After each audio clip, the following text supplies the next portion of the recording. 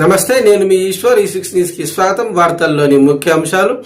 Hyderabad Goshamahal BJP MLA Raja Singh రాజీనామా లేఖను BJP జాతీయ అధ్యక్షుడు జేపీ నడ్డా ఆమోదించారు. ఇటీవల ఎమ్మెల్యే పదవికి పార్టీ సభ్యత్వానికి రాజీనామా చేస్తున్నట్టు రాజా సింగ్ ప్రకటించిన విషయం తెలిసిందే.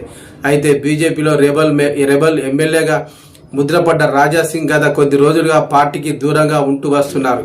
ఈ క్రమంలో తెలంగాణ రాష్ట్ర అధ్యక్ష ఎన్నికల సమయంలో నామినేషన్ వేసేందుకు బీజేపీ పార్టీ కార్యాలయానికి వచ్చిన తనను కొందరు అడ్డుకున్నారని, దీంతో పార్టీ సభ్యత్వానికి ఎమ్మెల్యే పదవికి రాజీనామా చేస్తున్నట్లు ఆయన తెలిపారు.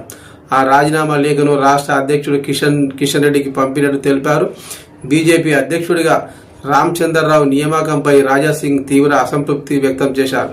రామచంద్రరావు బీజేపీ అధ్యక్షుడిగా ప్రకటించిన వెంటనే గోషామహల్ ఎమ్మెల్యే పదవికి బీజేపీ పార్టీకి రాజీనామా చేశారు.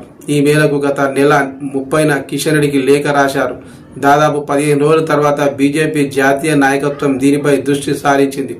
అందులో భాగంగా రాజా సింగ్ రాజీనామాను బీజేపీ జాతీయ అధ్యక్షుడు జేపీ నడ్డా ఆమోదం తెలిపినట్లు లేఖను విడుదల చేసింది. హైకమాండ్ అలాగే ఈ లేఖలో కీలక అంశాలను ప్రస్తావించింది. బీజేపీ జాతీయ అధ్యక్షులు ఇటీవల రాజా సింగ్ ప్రస్తావించిన విషయాలు అసంబద్ధమని, పార్టీ పనితీరును భావజాలం సూత్రాలకు విరుద్ధంగా ఉన్నాయంటూ జేపీ నడ్డా లేఖలో పేర్కొన్నారు.